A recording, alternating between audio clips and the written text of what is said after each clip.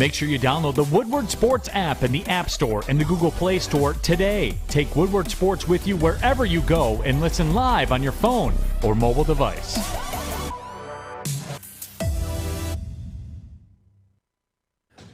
All right. Good morning, everybody. Welcome to the Morning Woodward Show here on the Woodward Sports Network. Hope you're having a fantastic morning.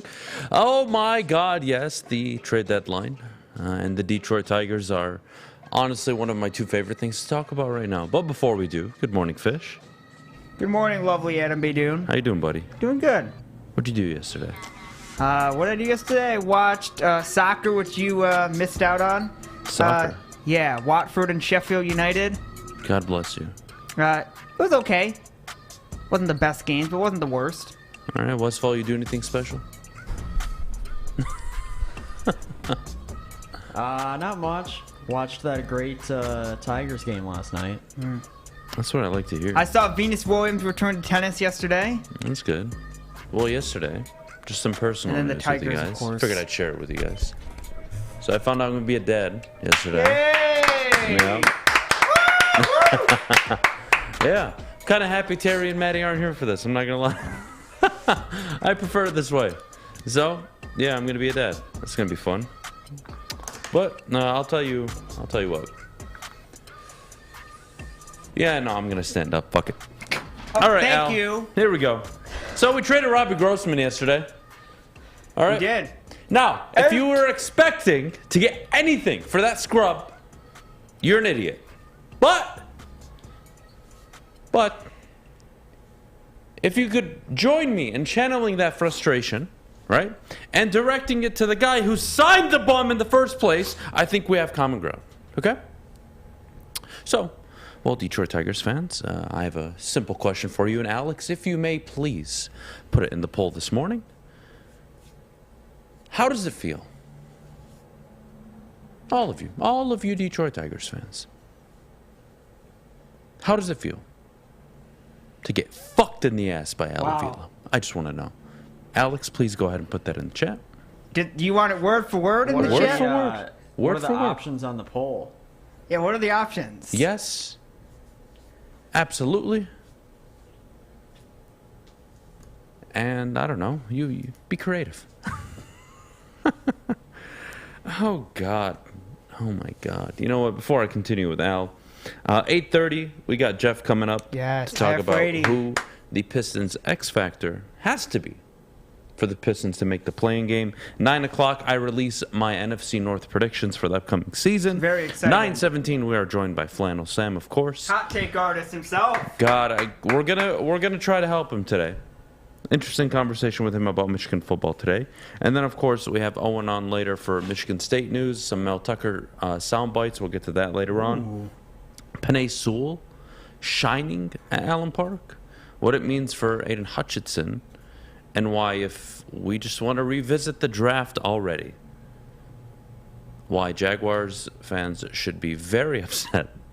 And why Lions fans should feel very, very good this morning. But let's continue with Al. It must suck. And it does. And you know what, guys? I'm not going to lie to you. I'm actually enjoying it. I'm not mad anymore. I am genuinely enjoying Al Avila running this baseball team. I actually want him to be here for another 5 years. I love this. I am all for this. Way to go, Al. You're doing a hell of a job, bud. I am genuinely enjoying the Tigers dumping themselves into a state where we're actually comparing them to what the Detroit Lions had been for the longest time. That's crazy to me. Never in my early lifetime did I expect the Tigers to ever fall into this hole where you would say, man, just like the Millen days with the Tigers, here we are. Tigers are doing what the Lions did with Millen. I would have never expected that, and here we are. That's a reality right now for Detroit Tigers fans. And I don't have the solution actually for you. I'll tell you what you can do, right? Whether you get a new owner or you get a new GM, it's going to take 2 years. You're not going to be an instant winner anymore. It's done. It's done. And I can't believe this guy will be in charge if they trade Tarek Skubal. Why? Why would you allow this? Huh? Did you guys hear the trade details, by the way, of Robbie Grossman? Robbie Grossman was sent away in exchange for a bag of condoms. Very Avila-esque move, by the way. Proud of you, Al. Way to go, bud. I'm not even mad anymore. I want to see this team go into the gutter. I want them to be the first professional baseball team to go 0-160 fucking 2. That's how poor of a job Al Avila and Chris Ilitch are doing right now. As expected. That's not bad. That's not bad. 100% so far in the as expected. But this is the reality of the Tigers. That's the reality. And you know what? Again, I'm not going to get mad. It's all good. I'm chilling. Chris, you want to have one of the worst baseball teams in all of professional baseball? Be my guest. That's a you decision. I just can't believe a guy that has done such a poor job at his own job is now going into the third, in my opinion, the third rebuild. You know, I always talk to you about NFL timelines, right? Hey, it's every 3 years. Every 3 years, you should be able to turn it around and build a contender for your own division. The NFL's set up that way. So is baseball. You spend correctly. You maneuver at the deadline. You can have a contender every 3 years. And half the league for the last decade has proven that theory right. And you're one of the teams that just sit there and talk about the farm system. Oh, well, Al Avila has a farm system, Adam. Dave Dombrowski never had a farm system. You are correct, sir. Or woman. Whoever you are. I don't care. Yes, you are correct. Dave Dombrowski never had a farm system. You know why? He was too busy leveraging it at the trade deadline. He was too busy making moves so you could win the pennant. He was too busy making moves so you could win your division.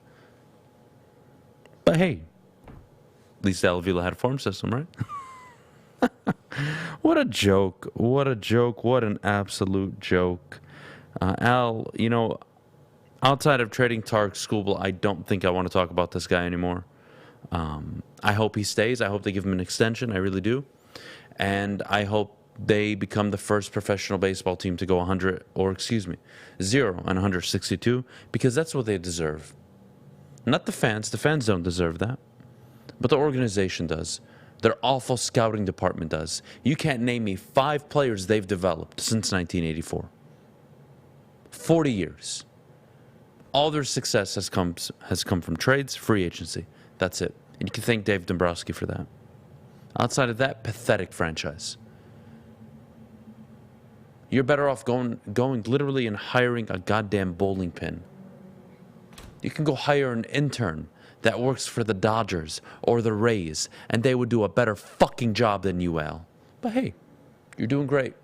Doing great. Everything's fine. We are 100% out of the rebuild.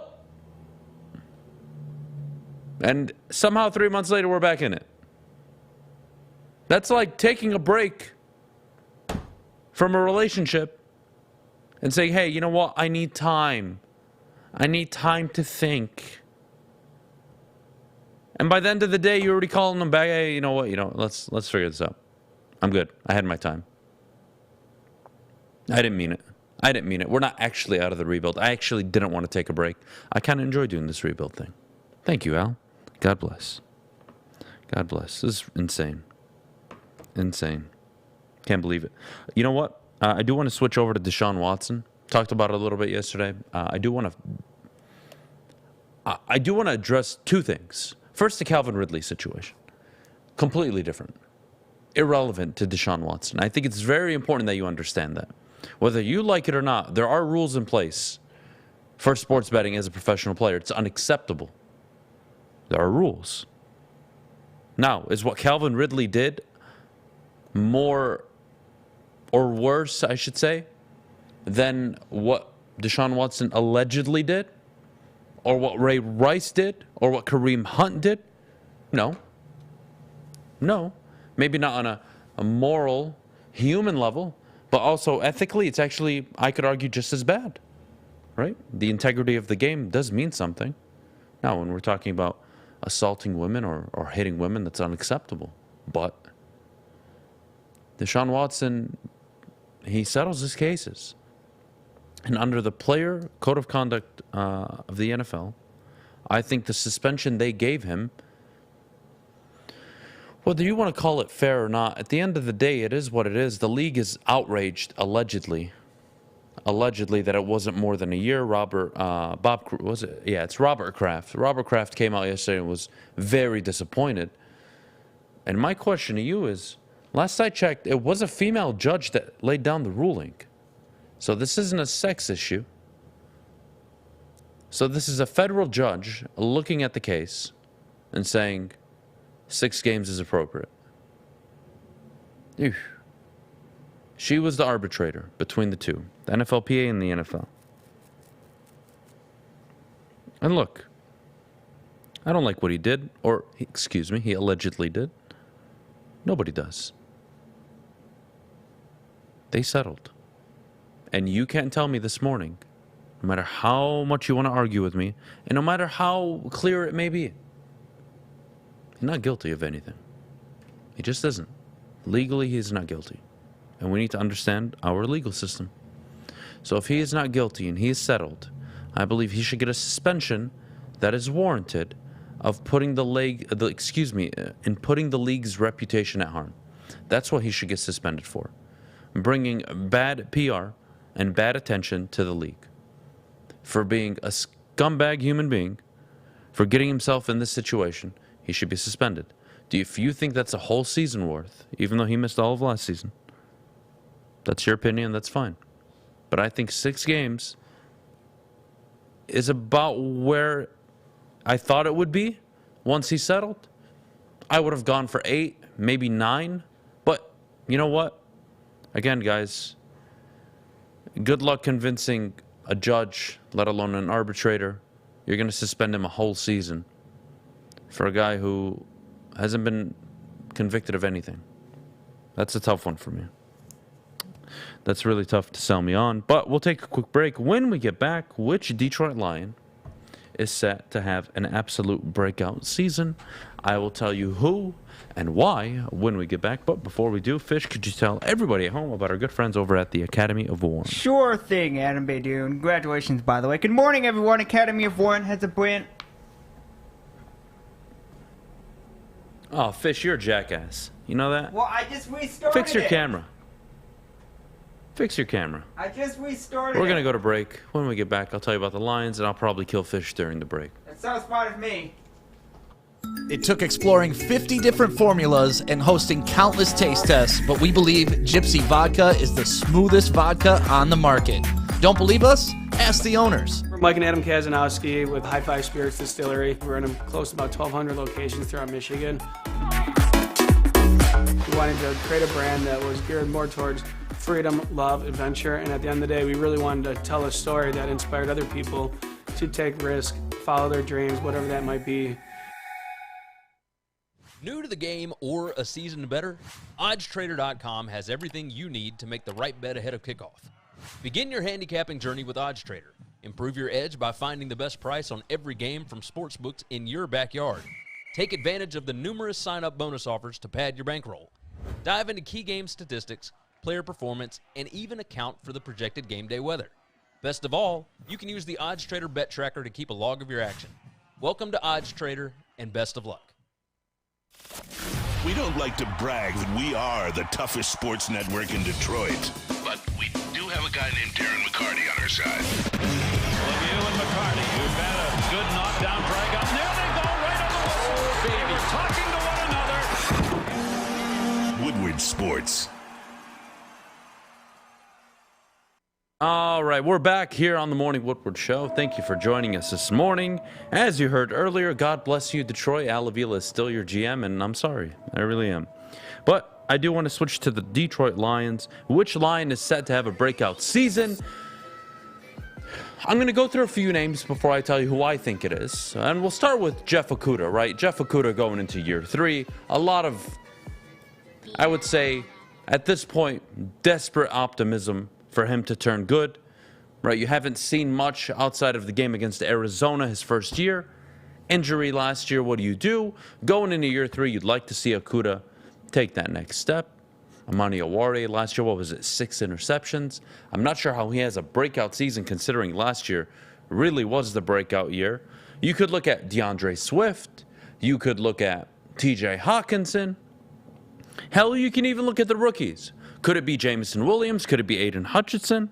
But I think the Detroit Lion that will have the best season, that will have the breakout season, that will be reminiscent of 2018, that will show flashes of very good quarterback play, but also frustrate the hell out of you throughout the season, is going to be Jared Goff, actually.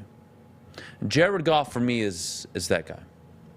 Jared Goff is the guy that will have the breakout season. I can rely on him to be healthy. Outside of last year, he's typically there every single game of the year. Plays through injuries. It's not a problem. And I expect him to be there all season. And I expect him with Josh Reynolds, with Amon-Ra St. Brown, with Jameson Williams, with DJ Chark, with DeAndre Swift coming out of the backfield, with TJ Hawkinson, with a top 5 O-line in the NFL to play some of his best ball. Again, do I think Jared Goff is a scrub? No. Do I think he's a franchise quarterback? No. And in between that, there is a position in the league for quarterbacks like that. Kirk Cousins, Ryan Tannehill. I will not say Matt Ryan. I know a lot of you say Matt Ryan now, but Atlanta Matt Ryan was the guy at one point. And he had a good 4 or 5 year stretch where you considered him a franchise quarterback. I don't think you've ever done that with Tannehill. I don't think you've ever done that with Kirk Cousins. Jameis Winston. Marcus Mariota out in Atlanta now. So there are guys that you don't mind having on your team as your starting quarterback when you don't have a franchise quarterback. And Jared Goff is definitely one of them. Do I think Jared Goff is going to take the next step where he will show you that he is a franchise quarterback and that you should extend him? I don't see that happening. I just don't. But I see an offense this year that is going to be extremely deceptive, extremely creative, and they are going to have you on your heels as a defense. And there's nothing better for a quarterback than that. There's nothing better for a quarterback when a defense is not quite sure what is coming. And I always use this example, but it's one of my favorite examples. Imagine lining up with, let's say, I formation set, tight end, 2 wide receivers. And you got the 2 wide receivers bunched up on left or right side. I don't really care where at this point. The point is you have the traditional option, which is to run the football. And if you decide to run the play action, well, it gets fun from there, right? Play action, roll out, dump it off to the tight end, dump it off maybe to the fullback, do a screen to the opposite end when you bootleg out to DeAndre Swift, throw an underneath route or an intermediate route to Amon-Ra St. Brown. And if and when Jameson Williams is healthy, and let's say he is what you want him to be, the guy that takes the top off the defense, well, then you have deep ball potential. The Lions have a lot to work with this season. I think offensively, they're going to be one of the better half teams in the NFL. Do I think they'll put up the amount of yards per game as some of the other teams? Maybe not, but they will be efficient. They will be one of the more efficient teams in the NFL. So for me, it's Jared Goff. I think Jared Goff plays his way into seeing out his contract here. I really do. I really do. Let's see. Cody says, deceptive and Dan Campbell don't go together. Well, it's interesting you say that. You know, you should watch the evolution of the Lions from when Anthony Lynn was relieved of his duties and when Ben Johnson became more and more involved in play design and play calling. And then you look at the Lions really in the last 6 to 7 weeks of the season. They were unpredictable at times. They were creative. And I'm not talking just about trick plays. And Amon-Ra St. Brown was the immediate beneficiary of that. And if you don't see that, I'm not sure what I can do for you. I'm really not. And the good thing is, if Jared Goff sucks, well, Detroit, you're going to be in a position to draft one of the top quarterbacks coming out of this year's draft.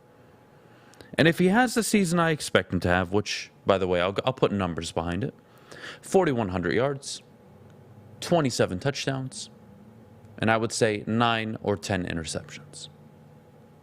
That's the year I think Jared Goff is going to have. And I think that's a good year. I think that's a good season. I don't think that's an MVP. I don't think that's a franchise quarterback. But I don't need him to be. Do I? I don't need Jared Goff to be an MVP or a franchise quarterback. This is quite the season for Detroit Lions fans.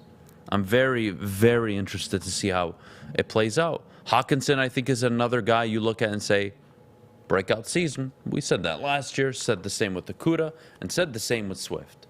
So we've been saying the same guys for years now. So I'm going to pass talking about any one of them until they just do it. I think Jared Goff, let's just be honest, okay? Jared Goff shows up to Detroit. He is traded for Matthew Stafford. For the first 3, 4, 5, 6, 7 weeks of the year, Matthew Stafford is the darling of the NFL. The Rams are rolling. He's having an MVP-type season. This is prior to all the, I want to say, the 3-week stretch where he just threw multiple pick sixes. I want to say it was 3 or 4 of them. But regardless, up until that point, the Lions were 0-7. Jared Goff, I believe at the time, had not the butt fumble, but the dick fumble, right, where it snapped off his dick. Well, remember that. The Lions were 0-7. He wasn't looking any good. He had no help. Josh Reynolds still wasn't with the team. And he was relying on Tyrell Crosby and Quintez Cephas to make plays for him, along with a banged-up T.J. Hutchinson and no backfield. Yeah, that's hard for anybody. Again, I'm not saying he's a franchise quarterback, but that's kind of tough at the human level to deal with. You get dumped by your girlfriend. She goes on and dates a billionaire, and you're stuck dating some girl in the slums. That's not fun. Now, you work hard. You work your way back up. You have good moments towards the end of the season, and you're starting to feel good. But at the end of the day, all of last season for Jared Goff was extremely difficult on a human level. And I don't think he was fully there in Detroit. I don't think he was fully there mentally. I think he was still partly in LA. I think he was still frustrated. And then you saw the Rams win the Super Bowl. And then we saw him on a podcast in the offseason, but a bit different. Much better communicator. Very reminiscent, very calm how he was in LA. Do I think he's an MVP candidate this year? No. But anyone who thinks that this guy is a scrub, I would like to know the definition of scrub. See, my definition of scrubs in the NFL are Baker Mayfield, Gardner Minshew, some of the quarterbacks that you would never, ever, ever, ever, Tim Blau, David Blau, Tim Boyle, the guys you would never, ever, ever want. But Jared Goff is the key this year. Jared Goff plays well. You're going to have a good football team. And I'll release my NFC North standings, and it'll reflect what I think of Jared Goff this year. And not only Goff, but Campbell and the defense improving, but Goff specifically, it's a quarterback's game. And you have an opportunity to win with a guy who's won before. And I'll say it again, I do think he can win you a division if you have the right coach and the right team around him. I do think you can win a playoff game, but that's irrelevant because you need to have the right team and you need to have the right coach. And those two things are not solved yet. Do we believe Brad Holmes is going to deliver a division contending roster? Absolutely. But whether or not you have the quarterback in place is entirely up to Brad Holmes. And whether it's Jared Goff or not right now is irrelevant. Gardner Minshew, not a scrub. You guys are little babies. Cam Newton's a scrub, by the way. Whoever's defending Cam Newton in the chat, Cam Newton, rightfully so, is out of the league. He can't throw for his life. Stop it. Stop it. Unbelievable. Kenneth says, I totally agree. The key is Goff getting off to a good start because people tend to forget how effective he was with the Rams. At point on remember the Monday night games against the Chiefs and Vikings. Yeah, look, Kenneth, those teams were stacked. That was Robert Woods. That was Tyler Higbee. That was Cooper Kupp. That was Todd Gurley in a top O-line. That was early Sean McVay. I think he was a direct beneficiary from it. Is he Josh Allen? Is he Justin Herbert? Is he Joe Burrow? Is he Patrick Mahomes? No. But I don't need him to be. I would love to have a quarterback like that. I had one for 12 years in Matthew Stafford. Would love to have it. But until I get that quarterback in the building, Jared Goff is acceptable. You can live with Jared Goff. Who would you rather have, Goff or Tannehill? Jared Goff. Jared Goff. What's Ryan Tannehill done in the postseason? What's Ryan Tannehill done in the regular season? He's won a totally different way. Very similar. And I'm not saying Goff over Tannehill as if it's a landslide, but I think Goff gives me more flexibility. I think he's a better thrower of the football than Ryan Tannehill.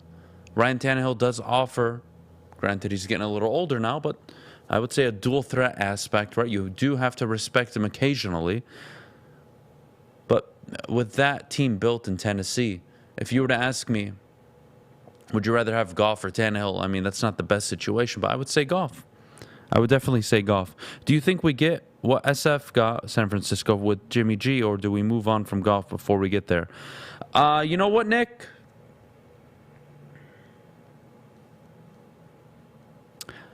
I think Goff finishes his contract here in Detroit. I do. I think if you draft a quarterback this year, you maybe get a third-round pick at most. I don't think you're getting a second. Definitely not a first. I don't see it happening. I don't see how you get a first or second-round pick for Jared Goff. I think at best you could get a third, but I wouldn't give that up if I was a GM. I would offer you a fourth. That's what I would offer for Jared Goff. Tannehill also had an all-pro wide receiver. Yeah, he did. He had A.J. Brown. He had Derrick Henry. Jared Goff had nothing close to that in Detroit. So, yeah, give me Jared Goff. I think, look, Jared Goff is not awful. Then there's the good people in the chat like Zeke. Adam, stop backtracking because months ago you said Goff was garbage. He was garbage. Jared Goff was garbage the first 10 games of the year. He was. And then he had a 4-week stretch where he had a top 3 passer rating and one of the best touchdown to interception ratios in the NFL.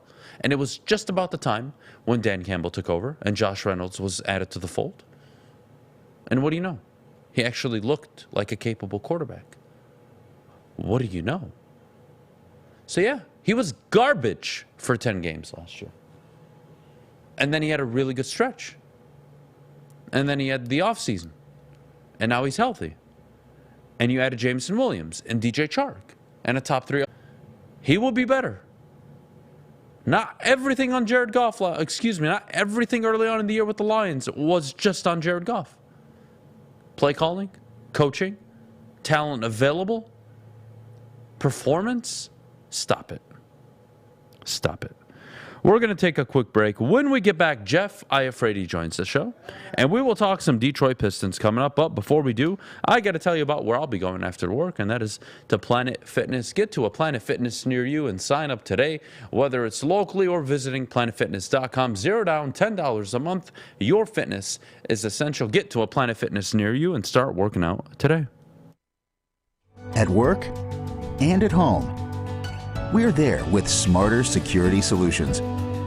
Featuring complete automation with customized alerts and more. For over 90 years, we've been the company that's been counted on to protect what matters most, all with personalized service and care. Right now, for a limited time, receive a free video device plus free installation with a new home system.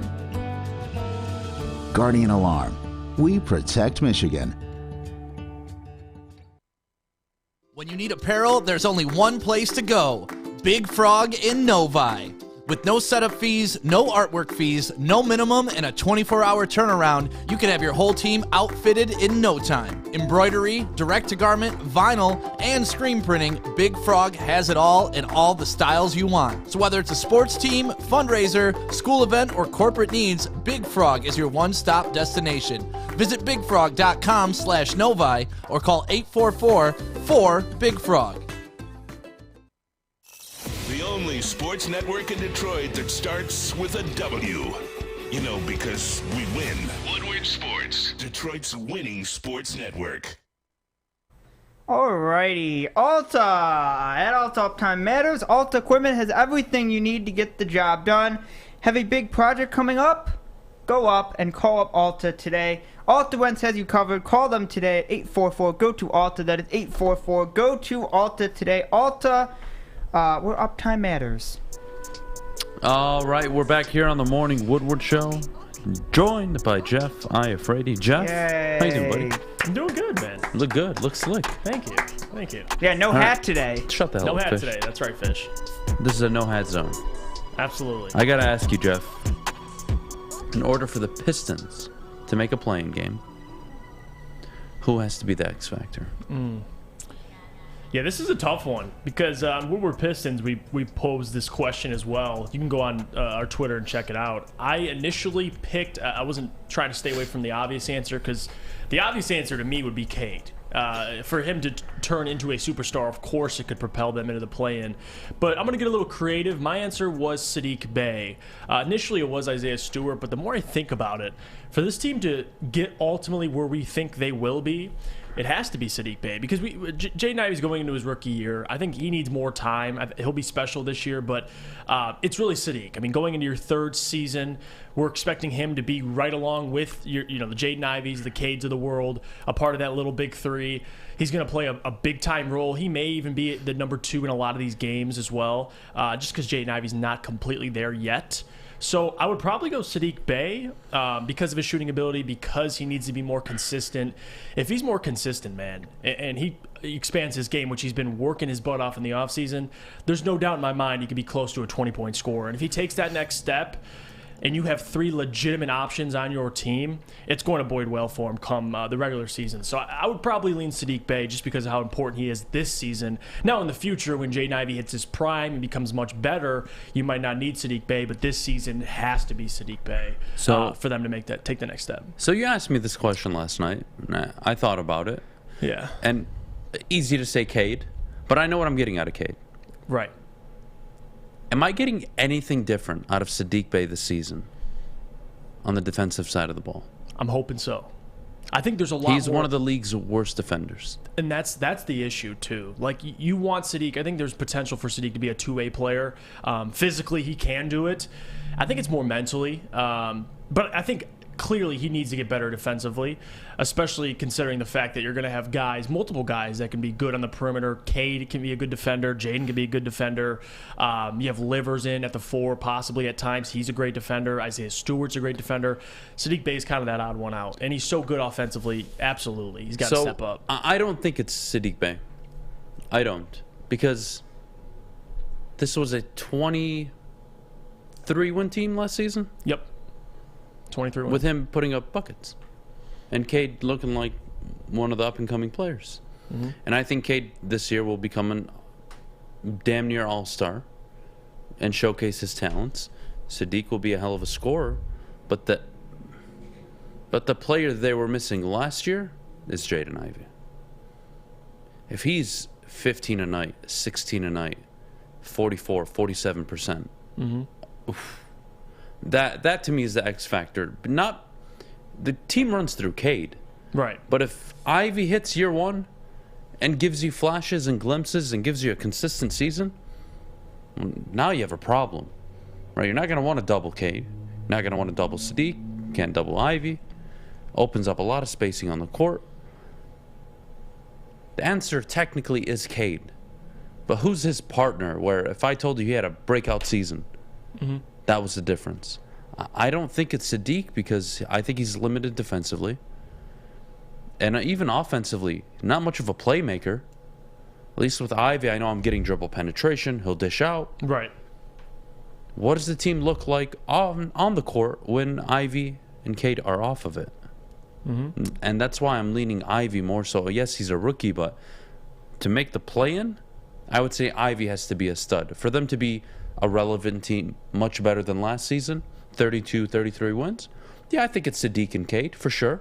I think they're going to take big improvements this year. I think they'll take big steps towards that. But for me, it's Ivey. If Ivey is that guy, if he's a Rookie of the Year candidate, if he's 15, 16 a night, 4 rebounds, 2-3 assists, you have a player. You have a player on your hands. Right, and I could see that. That's why certainly there's not like a wrong answer for me. Like, you lost Jeremy Grant last year, and say what you want about Jeremy Grant, but that's 20 points per game that's going out the window. So you got to find a way to replace that somehow. My ideology is expecting Saddiq to take the next step, as in, Like last year, you saw how well he played when Jeremy wasn't on the court. Like, now you have an entire season where there's no Jeremy Grant. So there's going to be plenty of opportunities for Sadiq to take that next step. But certainly, yes, if Jaden Ivey comes out and has a spectacular rookie season, he's in the race for Rookie of the Year, then the Pistons obviously are in a much better spot. But I'm curious to see how much of an integral piece Jeremy Grant was and him not being here this year, because they won 23 games, but even with Jeremy in the lineup and they had Sadiq Bey, Jeremy Grant, and Cade Cunningham, they still weren't great. So I am curious to see how that works this year. But yeah, you got a point. If Jaden Ivey's spectacular, then yeah, they're gonna. If he's a top 3 Rookie of the Year finalist, I think it's gonna help them a lot. That more than Sadiq, because maybe it's just I know what I'm getting, but I don't think he's changing his game on the defensive side of the ball, where you're looking at him as a lockdown defender. If anything, you know what? I could bring Killian Hayes into the conversation. Killian Hayes is a guy who, again, he shows you flashes. He has talent. Very good on-ball defender. Yep. But offensively, what am I getting? And if he does get me 8, 10 a night, 5, 6 assists. Oh, yeah. Off your bench. Efficient shooting. Oh, a steal and a half. Dare I say 2 steals a night? That's a valuable player. Yeah, it does. That's another X factor. I think really the 3 best answers to me that aren't obvious would be Jaden Ivey, Sadiq, or Killian. Like, that's, I said Isaiah Stewart just because of, and I said Isaiah Stewart initially because of the flexibility he gives you, his versatility. You can use him in a lot of different ways, whether you're going small ball, you could play him at the 4 or the 5 now, compared to last year where he really was just a 5. So I think he could be an X factor. He's a lot of guys that could be X factors, and that's why I'm so excited for this team, because they're so young, it's hard to predict because you don't know who's going to take the next step forward. You could have multiple guys all take the next step. Sadiq could get even better. Jaden Ivey could have a great year, and Killian could step forward. You just don't know what to expect. So I think any answer I will really take. I just didn't want to say Cade because I feel like that's the obvious one. If Cade turns into a superstar year 2, of course, you're going to get propelled, hopefully, into the play-in. But it's really everybody else. I know what I'm getting out of Cade. And the reason why I didn't pick Jaden Ivey initially is because I kind of know what I'm getting out of Jaden Ivey. I think he'll have a good rookie year. But again, I don't think a good rookie year is going to throw them into the play-in. I think if Sadiq turns from a 15-point scorer on low efficiency numbers to a 18, 19-point scorer on higher efficiency numbers, that's going to be a big difference to me. But again, it's going to be win by everybody collectively. So we'll see. But I think Jaden Ivey this year, what I'm expecting out of him, as much as I'm excited for him, I'm trying to just peel back a little bit on how much I should be expecting. Like, is it going to be a great rookie season? I don't know. I think playing with Cade Cunningham and Sadiq Bey are going to benefit him a lot. I'm just curious to see how efficient he is. That's the one thing I'm looking forward to. Him as a shooter. I know he'll be great attacking the basket in transition, getting easy buckets. But that's kind of why I didn't pick him initially, just because I'm like, listen, he's a rookie. Who knows how much of an impact he will have year 1. But Sadiq's been in this league for 2 years now. Talk to me about Isaiah Stewart, right? We saw him in Summer League a little bit. Just lit it up from beyond the arc. Yeah. That was an evolution, a nice evolution in his game that we saw down the stretch really last year. But my goodness, in the Summer League, it looked even better. Mm-hmm. That's a guy who's gotten better. Right now, you can have him on the court with a Sadiq Bey, with a Cade Cunningham, with a Jaden Ivey, because, well, he's not just going to stand in the paint and do nothing. Right. You could play with Duran now. I mean, technically. You could play 5. You could play 5 with Duran and Stewart on the court, mm-hmm. and have Bey, Ivey, and Cade as well. I don't want to call him a stretch 4. It's way too early. But in theory, on the court, he is a stretch 4. Mm-hmm. And then you have Duran, who's your rim runner, rim protector. I mean, you could get away with that kind of a lineup. Rotations are super interesting this year. But talk to me about Isaiah Stewart and what his impact needs to be this season for the Pistons. I think right now, I'm excited for Isaiah Stewart, to be honest with you. I think expanding his game, it's going to buoy him so well come as he ages as well. I mean, if you could shoot the ball, especially a guy like Isaiah Stewart, 6'8", tough as nails. He's tenacious. He's a good rebounder, good defender. He's gotten better on the perimeter defensively as well. And you know what you're getting out of Isaiah Stewart every single night. But now adding his three-point shot to his arsenal, it just takes him up a whole other level. Now, I don't know how consistent he can be with it, but if he hits 34, 35% from deep, like, that's value, because now you have a player who's solid defensively and can offer something offensively, because that was the biggest thing with Isaiah Stewart. Like, offensively, a lot of putbacks, a lot of hand-fed layups. Like, Isaiah Stewart's game needed to expand, and the ability to stretch out and hit three-point shots with this offense, with playmakers like Jaden Ivey and Cade, it's going to be very important. And you kind of hit on it already. His versatility. You could play him in so many different positions as well, because if you have Marvin Bagley, you could technically play him with Bagley, him with Duren, him with, screw it, Nerlens Noel. You can play him with anybody. You know what? I'm glad you brought him up. I am glad you brought him up. So, Marvin Bagley and Nerlens Noel. Mm-hmm. Bagley, we can expect to get minutes, 24, 25 plus minutes easily. They extended him. But definitely. what are we looking at with Noel? What's his role? Because I don't want to say he's an underrated rim protector. I mean, the guy's done a good job in the league, at least as a rim protector. Not worthy of a top 3, top 4 pick, but, forget that at the moment. That's a guy that you're probably going to have playing a majority of your minutes at the 5, more than Duren. I would say till January, February. What's the timeline with Noel? What's his role on the team?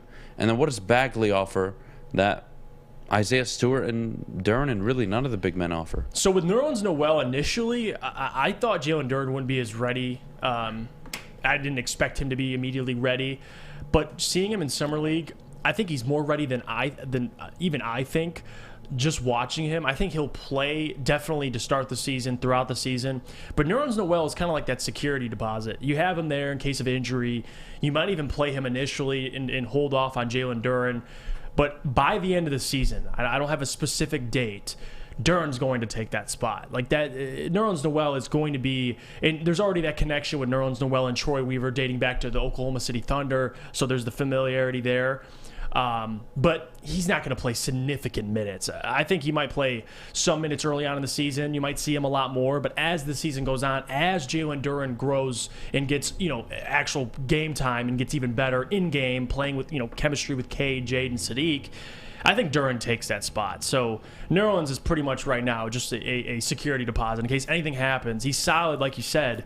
So that's really his role. With Marvin Bagley, I'm the most excited for out of a lot of these guys, because coming off, getting traded here from Sacramento, I liked Marvin Bagley. I just think he was in a situation or an organization that didn't support him, didn't care for him. Now, is he ever going to be Luka Doncic? No. He's never going to escape that. It's kind of like the Killian Hayes argument. But you can get a serviceable player out of it, a guy who can give you 15 and 8. Also a guy who needs to get better defensively. That's my biggest question mark with Bagley. Me and Sean have talked about it. I wouldn't have a problem if he came off the bench, because I think his points, his production with Killian off your bench would help you. But if he gets good defensively, he's a starter. And you're paying him, $12 million a year? I think the mid-level exception is like 11. So you're really paying him like $1 million more than what you could have offered him. So I got no issue with it, man. A lot of people had a problem with the extension initially. I don't see it. I got no problem with what they gave him. I think he'll be solid, and I'm hoping in Detroit, an organization that supports him, playing with multiple different playmakers, it'll only make him better. So I'm excited for Bagley. I'm excited for the season. It's going to be nice. Yeah. I'm excited for you, we too. We did, on From Half Court yesterday, we recorded our podcast. We did our tiers in the NBA, and we put the Pistons, man. I'm not going to spoil it. You got to go watch. But we ranked them in a specific part of tier list. There's the contenders, high seed, mid, and then there's playing and going for victor. I'm interested. I can't wait to watch. Yes. Thank you for having Appreciate me on, you, man. Jeff. Oh, yeah. You're always. the man. Always. You're the man. We got Kory coming up in a minute. He'll be here giving us his latest training camp updates. Allegedly, Jeff Okudah getting burnt in practice. Malcolm Rodriguez earning a roster spot, not only a roster spot, but potentially moving up in the depth chart. We'll get to all that and more in just a minute. But before we do, I got to tell you about The Mulligan, the official drink of the summer. The Mulligan is your go-to drink, whether you're on the golf course, hanging out in the backyard for a barbecue, whatever you decide. The Mulligan is your go-to choice. Iced tea, lemonade, gypsy, vodka mixed. It's a fantastic drink. And as always, please drink responsibly. Hey, this is Mr. Kearney, Chief Academic Officer, Academy of Warren, I want to welcome you to the brand new Field House. The state-of-the-art facility has a regulation basketball court, volleyball court, soccer field. It can be used for 7-on-7 football. Our K-8 academic features AM, PM, latchkey, small classroom sizes, Learning Street, futuristic media center, free breakfast and lunch, Holton Mifflin curriculum, academic games, K-8 athletics and more. Enroll today at academywarren.net. Ciabattas, summer salads, and dip shakes. All at Big Boy. Try a chicken club, chicken cordon bleu, or sunrise ham and cheddar. All on our grilled ciabatta bread. Or keep it light with our Michigan apple, chicken Caesar, or Greek salad. And don't forget to cool off with a frosty hand-dipped cookies and cream or strawberry shake. You heard it here first. Summer just got better. Woodward Avenue, the first paved road in America. Woodward Sports, the first sports network born in Detroit and made for Detroit. The lovely folks at Chili Peppers Tan want you to get all the best deals, plus they'll beat all of your competitors by up to $5. Chili Peppers has the hottest balls, hottest deals, darkest tans. They're in 26 lovely locations in the state of Michigan, and more on the way. Join the Pepper Club at Chili Peppers Tan today. Chili Peppers Tan! All right, we're back here on the Morning Woodward Show, joined by our very own Detroit Lions beat reporter Kory Woods, live at Allen Park for Detroit Lions training camp. Kory, good morning. Boy, Woods. What's going on? Good morning. Looking good, man. God damn. What's going on? Thank you. Hey, I wish I could have gave you guys a better view, but we're not trying to get in trouble here today. Oh, you're good. Look, Kory, I want to talk about a few things. The first, notably, Dan Campbell's comments and the staff's comments on Malcolm Rodriguez. He impressed yesterday with the first day of pads, hitting his key holes, recognizing diagnosing plays immediately. He could move up on the depth chart. That's really not saying much considering how bad the linebacking core is, but is that a guy that we see as a day one starter? I mean, by the way, they're talking, he at least has the potential to play into that. I mean, he did look pretty physical out there yesterday, and you also have to remember, before practice started yesterday, not only Dan Campbell, but Aaron Glenn both singled out him and James Houston as two players that they were looking at. James Houston last week in pads. He was getting after it as well, getting really quickly off the ball. His IQ was there, at least it appeared to be. So, I mean, hey, those are two guys they're looking at as possibly going and getting some of those reps in. Kory, I want to move on to Jeff Okudah. Jeff Okudah, obviously yesterday video surfaces. He gets beat on a back shoulder throw by, I believe it was Josh Reynolds. Look, yeah. I'm not going to call him a damn thing from one video, but to me, that's just the NFL. It is very difficult to guard these wide receivers. It's difficult when the quarterback throws it when you're not even looking. We've seen this with Cooper Kupp and Matthew Stafford that cornered the end zone throw yesterday. It's just a passing league. It's a quarterback's league. It's a wide receivers league. How has Jeff Okudah looked outside of that video? How has he looked in camp so far? He's looked fine. You also got to remember this. Then Dan Campbell alluded to that this morning as well. The guy is virtually he's going into his third year, but technically this is about to be his second season because he played his first year, had some injury concerns. Last year he virtually missed the entire season. So I mean he has to go ahead and get acclimated off of that. He's coming off of an Achilles injury, so I believe they're going to be ramping him up, pretty slowly. And just in my opinion, I wouldn't really think too much about it. And also too, it's one clip. He's looked good. I mean, he's played well. Like I wouldn't think too much on one clip because there's nobody plays 100% perfect in practice. You can find one bad clip on everybody. Last week, Penei Sewell got beat 3 times in a row by Adham Hutchinson. I don't think anybody's talking about releasing Sewell.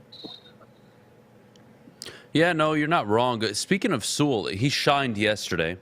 I mean, he was in a class of his own yesterday. But talk to me about Penei Sewell's development. He will be at the right tackle position. How are the coaches feeling about this guy going into year 2? Oh, they're feeling great about him, and also his teammates as well. They're feeling like he's going to be, again, they feel the same way they felt about him last year. He's that missing piece to making this line one of the top premier in the entire conference. And he's been looking pretty good. He's showing that strength. That's also another guy who last year he missed a year of football because of the whole COVID situation where he sat out. So that's also another guy that you got to look at as he's getting more acclimated to the game. He even talked about himself at the practice that the adjustment as far as the speed and getting the timing back together started coming to him late in the year, and now it's going to be even more with the full training camp, another training camp under his belt, I should say. He put in work yesterday. He definitely made Aiden Hutchinson work for whatever he could get yesterday. But speaking of Aiden Hutchinson, the coaches have been very, very high on his athleticism. Quote, he's more athletic than we thought originally.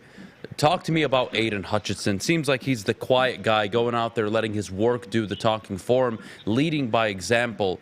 How excited should Lions fans be for Aiden Hutchinson? And, I mean, is it too early to say Jacksonville made a mistake? Too early to say Jacksonville made a mistake, but I will say this. Every reason that you would think that he would be a Dan Campbell guy, it's on display. As you already just mentioned, he's coming out here, he's pretty humble. He's not trying to be a diva or anything like that. He's fitting in with the team concept. That motor that everybody talked about, where he plays whistle to whistle, that is on display. He looks even now. I'm not talking about his athleticism. I'm going to talk about his speed. He looks faster than I've seen. I mean, I've been to Michigan games last year. He looks like he's even quicker than his time at Michigan. So he's been putting in that work in the offseason. And he's also a lot more physical than I thought he was. So I believe that is one reason why they are very pleased with Aiden Hutchinson, because he's coming in here and he's put in the work throughout the entire mini camp OTAs up until now. You know what? I'm actually really glad to hear that, because Aiden Hutchinson is a guy that I do believe is your X-factor player on defense. And there's nothing more important than a player that can get to the quarterback, Kory. And speaking of which, Charles Harris, Levi Onwuzurike, Aleem McNeil, James Houston, you'll have Josh Pascal when he returns from injury, and of course Aiden Hutchinson. This defensive front, this defensive line could be, and tell me if I'm wrong, the most valuable, not only most valuable, but the most impactful unit on this defense this season.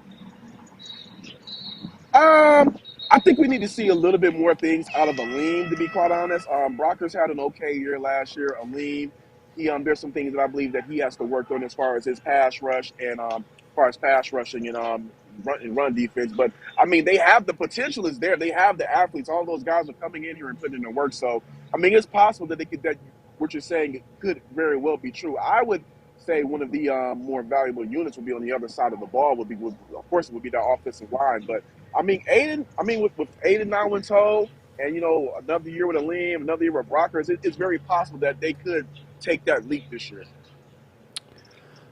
Kory, I do have to ask you about the offense. You mentioned it earlier, specifically the line, but I want to talk about the coaches. I want to talk about Ben Johnson, Dan Campbell. How's that dynamic working out? How are they going about practice? What have you seen so far compared to last season with Anthony Lynn that would lead you to believe, oh, this is much better, this is much different? Okay, you can take as much stock into this as you want. Last year, I didn't even really see Anthony Lynn being as vocal, as directive, hand motion, as engaged with his players as I've seen Ben Johnson so far. I routinely see guys walking up the bend, and he's really getting after them. He's getting after it, pointing out things on the field, getting them where they need to be. Anthony Lynn, while he was out there last year, and I can't say what he did or did not do, I did not see or hear him as vocal and demonstrative as I'm seeing Ben Johnson out there. And also, too, it looks like the players, they're really gravitating around him, too, as well. I see them all in constant conversation with each other. So take whatever you will from that. But it looks looking like so far, at least from these early practices, that the Ben Johnson appointing to offensive coordinator is going to be something that will work out. That's something I love to hear. Communication is a big thing that I love to hear as well. I'm glad they're very vocal. Kory, again, this time last year, Dan Campbell, this was his first head coaching job officially outside of the interim position. New to the podium, new to the mic, new to the media, new to commanding a locker room, going into camp. How does he look this year compared to last year? For me, he looks a lot more comfortable. How would you describe it? Definitely a lot more comfortable, but and I said that yesterday on the bottom line. It's the same Dan Campbell. You're getting the same guy who is a eat, sleep, and breathing football. You're getting the same jokester and lighthearted gentleman. You're still getting that same intensity. That is there. What is removed is his nervousness. He seems now more sure of himself, more confident of the culture that he's instilling, of the game plan that he's trying to lay out. He's now more laser focused in what he's trying to get out of these players. Last year, while Dan Campbell was really out on the field and practicing with the players, I saw him really, trying to get them where they needed to be. Now he's out there demanding. He's out there sure of himself. I believe that's the difference with year 2 of Dan Campbell. The things that make him who he is, they're still there. But now he's more lasered in on what he's trying to get out of his players. I love it. Kory, I do have to ask you one more question before we let you go. Jared Goff, how does Jared Goff look in camp? How is he as a human, really, outside of his performance on the practice field? Is he more confident than he was last season? It was a bit of a tough going to start his Detroit career because, well, he was traded away from the team that drafted him for a quarterback we all agree is a better quarterback. They end up winning the Super Bowl. I mean, that's a whole thing itself that probably affects you as a human. How is Jared Goff going about camp so far? Honestly, I believe this is the most comfortable I've seen Jared Goff. Now, again, we're comparing where he was this time last year compared to right now. He is night and day more comfortable. You also have to think about this with Jared Goff. He was born in California. He went to high school in California. He went to college in California. He spent his whole life in Cali. Then he gets traded to the Detroit Lions, and now he's in Michigan. So last year was all new surroundings for him.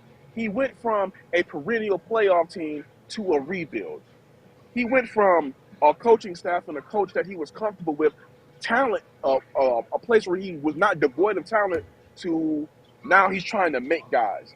That's a hell of a transition for any player, let alone a guy like him who some people don't even view as one of the premier quarterbacks. Now, a second year under his belt, second year with a coaching staff, second year with players that he's grown with, I'm seeing a lot more comfortable Jared Goff. Those ducks, lame ducks, those underthrows, those overthrows that we saw this time last year, they're not there. We're seeing sharper passes, crisper passes, better decisions in the pocket, better decisions with the ball. This is a different Jared Goff because now he has weapons. He has the talent around him to be able to do something. When he was with the Rams, he was not. You don't want to put him in the Brady, the Rodgers category, but if you're putting him on the bottom tier of quarterbacks, that's doing him a disservice because when he had talent around him, Jared Goff proved to be a Pro Bowl quarterback. The Detroit Lions went out and provided talent so that they can see what they can get out of him for his last remaining couple of years here. So I'm expecting the same thing that Ben Johnson charged him with. Jared Goff is going to have the potential to put out his best career season. Kory, I can't thank you enough for joining us this morning. Appreciate it as always. You look damn good, buddy. Hey, thanks a lot. Gotta look clean for your guys. My man. Kory Woods, Detroit Lions beat reporter for the Woodward Sports and Network. I don't have the high pitch today. Terry loves to give you crap about it, man. I appreciate it, Kory. You're the man. Have a good You're the man. Oh, God. It's actually really good to hear from camp. I know camp it's easygoing, right? They're all trying to get to know each other. But I think it's very important to understand where these players are and coaches are this year than they were last year. And I loved the bit, and I hope you guys caught it, where he said, you didn't really notice Anthony Lynn much communicating during camp last year. And Ben Johnson is an over-communicator. I fucking love that. Shut the hell up, Fish.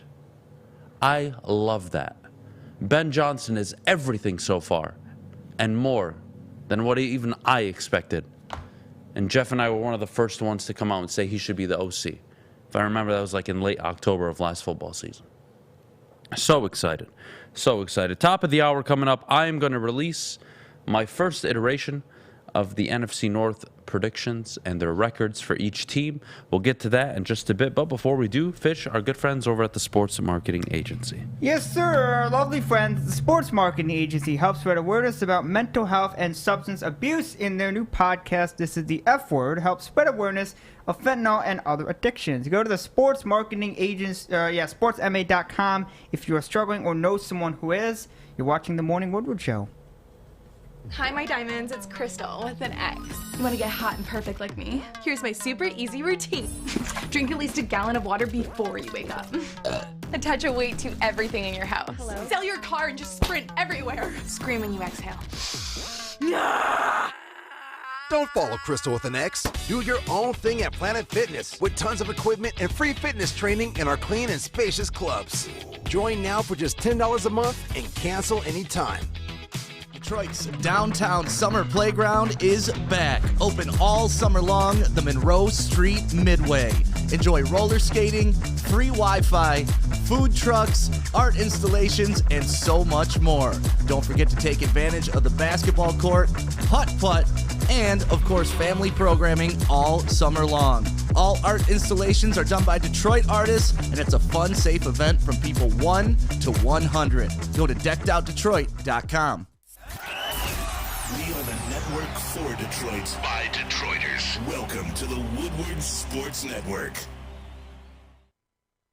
The game that Adam is awful at is Foley Warehouse in Hamtramck, Michigan, the home of the original football bowling game. Chris and Noni Hart will tell you how to play. They're the owners and the inventors of the game. 2 ways to play: $12 unlimited open play or $120 lane reservation up to 10 people. There is a mystery beer machine. Throw in a special $2 bill if you have one, the real ones, or just 2 singles. Pop it in. Get a lovely beer of your, well, not your choice, lovely beer that they choose for you. Or you can go to a full bar of your choice. Check it out at thefollowingwarehouse.com in lovely Hamtramck, Michigan. Detroit City Football Club does their little match, march to the match there. God bless you, Fish. God bless. Top of the hour, brought to you by Bedrock Detroit. Bedrock Detroit. All right, guys, the NFC North. We got to talk about who's going to win the division. I've been on the Vikings now for, I want to say 2.5 months now. Two and a half months now. For me, it's the Vikings. The Kevin O'Connell hiring, it just makes sense. Just adds up. Everything lines up for the Vikings to take the division this year. Devontae Adams goes away. The Packers are, as of right now, limited on offense compared to last season. Yes, their defense is amazing, but I've got the Vikings winning the division. They will go 11-6 this year. In second place, they will fall off. They will fall off, but they will not be awful.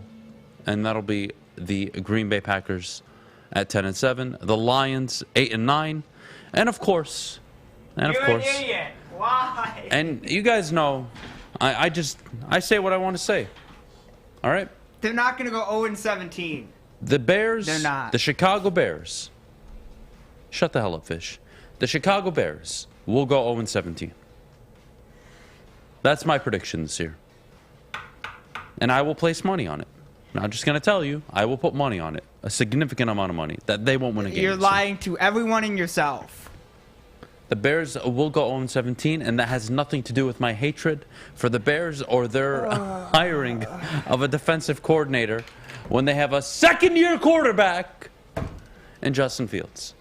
Let's just look at the NFL, right? Let's talk to Chicago right now, right? They're going to go 0-17, and I'm going to tell you why. You go and hire a defensive coordinator to help, I'm not going to say fix, but help grow Justin Fields, right? You go look at Jacksonville, what do? They bring in Doug Peterson. You go look at the Niners, they draft Trey Lance. Why? Because of Kyle Shanahan. Matthew Stafford and Sean McVay. Patrick Mahomes and Andy Reid. And then there's the Bears, Eberflust, I don't know what the fuck your name is. But boy, you're not winning a game. Boy, you're going to be competing with Hugh Jackson as one of the worst head coaches we've ever seen. The Bears are going to be absolute garbage. I love Darnell Mooney. I love him as a player. I really like David Montgomery. That defense is old, and it's not getting any better. That O-line is going to get eaten up. Hell, Aiden Hutchinson might get 10 sacks in 2 games against that goddamn Bears team. God help you, Justin Fields. You are going to be running for your life, and you're going to be throwing to a bunch of nobodies outside of Darnell Mooney. Cole Kmet. You hired a defensive coordinator to protect your first-round asset. What? That is such a SOL move. What the Bears pulled off this offseason is so reminiscent of what the Lions would have done. You have a second-year quarterback in need of offensive creativity, a coach to put his arm around him and help him, groom him, grow him, and you hire a defensive coordinator. I hope you guys know since 2018 is the last time your defense was relevant.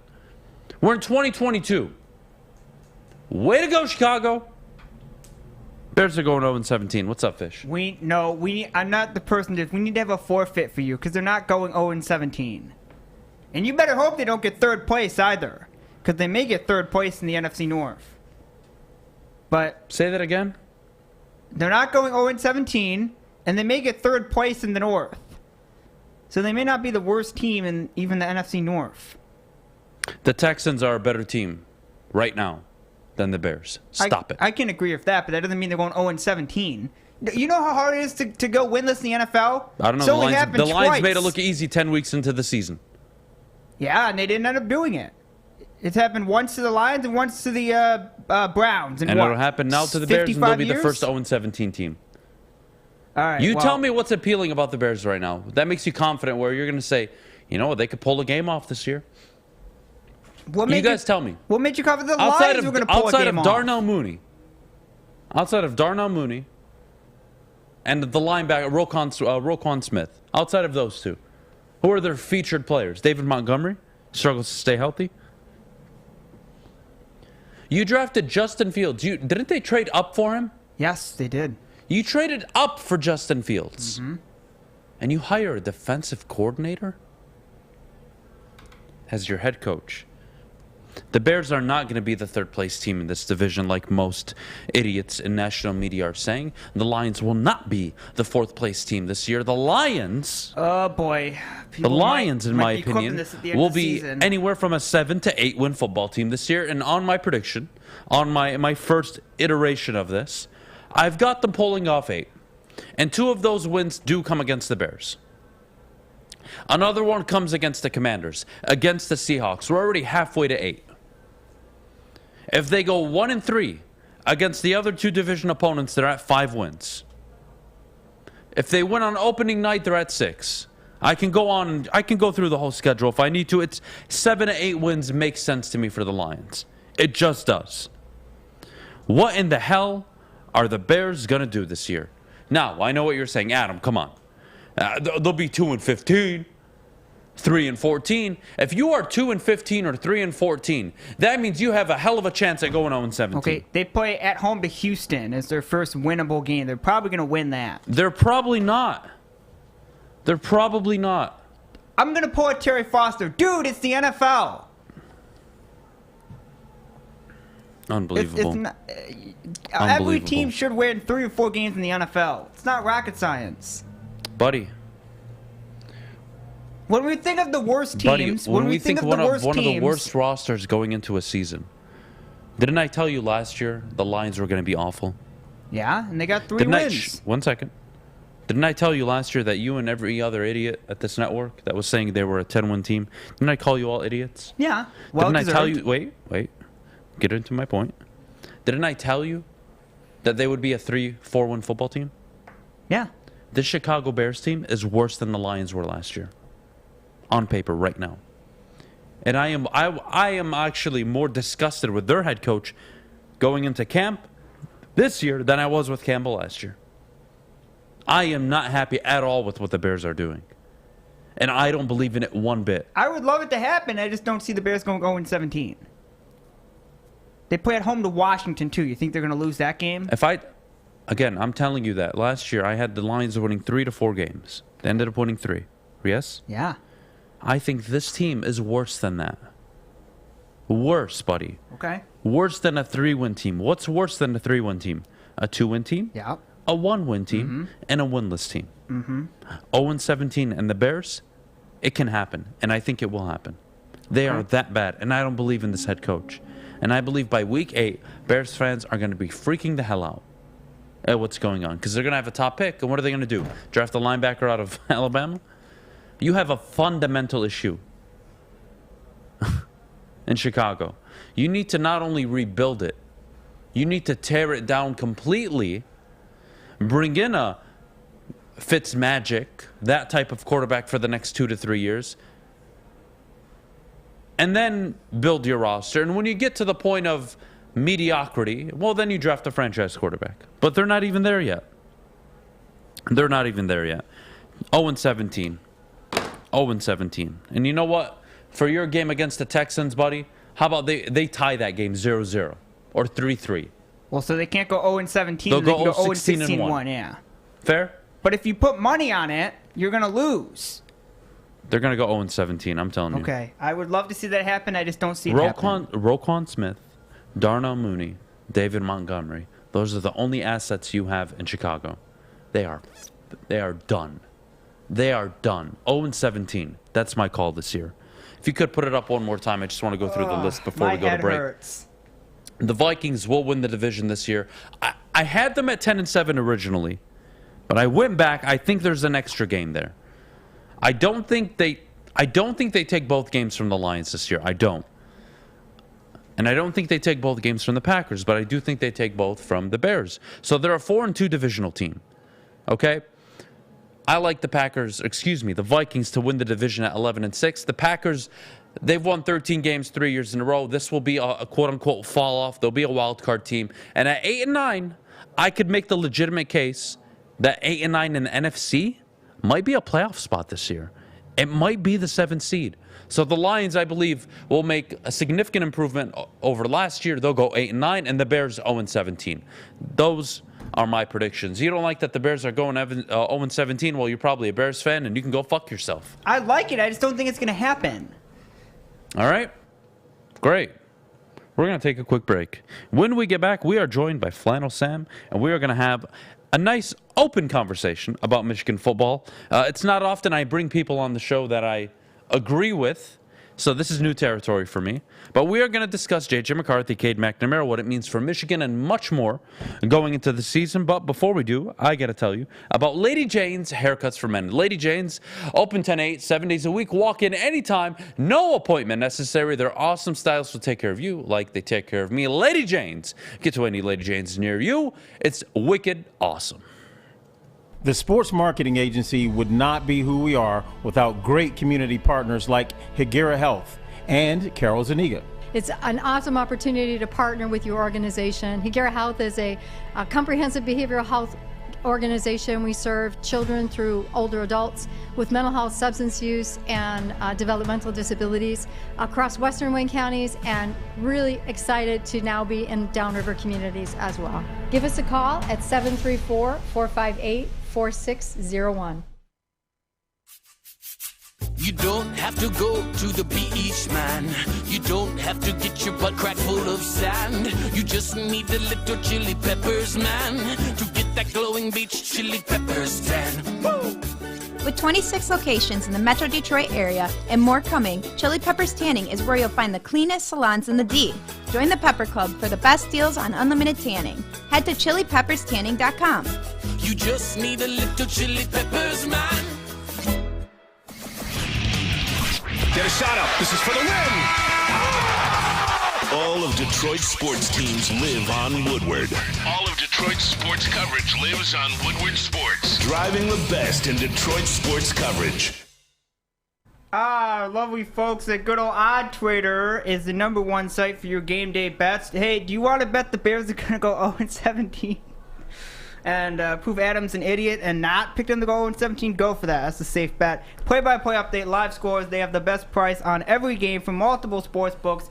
Go to oddstrader.com today for all the best bets. And whatever you do, please, I'm rooting for you. Don't pick the Bears to go 0-17. Just, please. I would recommend you not do that. Oddstrader.com. All right, we're back here on the Morning Woodward Show. Flannel Sam from Big D Energy joins us this morning. Mr. I'm not going to bring up your Ben Wallace takes. We're not going to do that this morning. I've been angry enough. That's all right. But That's all right. It's not why we're here. I do agree with you about Cade McNamara and the J.J. McCarthy situation, so I'm going to give you an open forum. Who should start the season, and not just who should, why? So it should be J.J. McCarthy, obviously, and I think it is obvious, but a lot of Michigan fans don't agree with me. At least some that I've seen on Twitter. Although around here, I think it's pretty universal that J.J. McCarthy should start. Why? It's simple. It's because last year Michigan had the perfect team around Cade McNamara. Cade McNamara did not win those games. He did not win the Big Ten title. His team did. What Cade McNamara had was a cornucopia of things to go absolutely right and have everything in his favor. Basically what Cade McNamara had, he had 2,000-yard rushers, more or less. Blake Corum only ran for 952, but he missed a couple of games, and he was obviously very effective. And what Hassan Haskins did, rushing for over 1,300 yards and in 20 touchdowns on 5 yards per carry, that is, to me, the greatest season a Michigan running back has had since Chris Perry. I even put it above Mike Hart's seasons. Absolutely phenomenal. And then on defense, that was an even bigger story.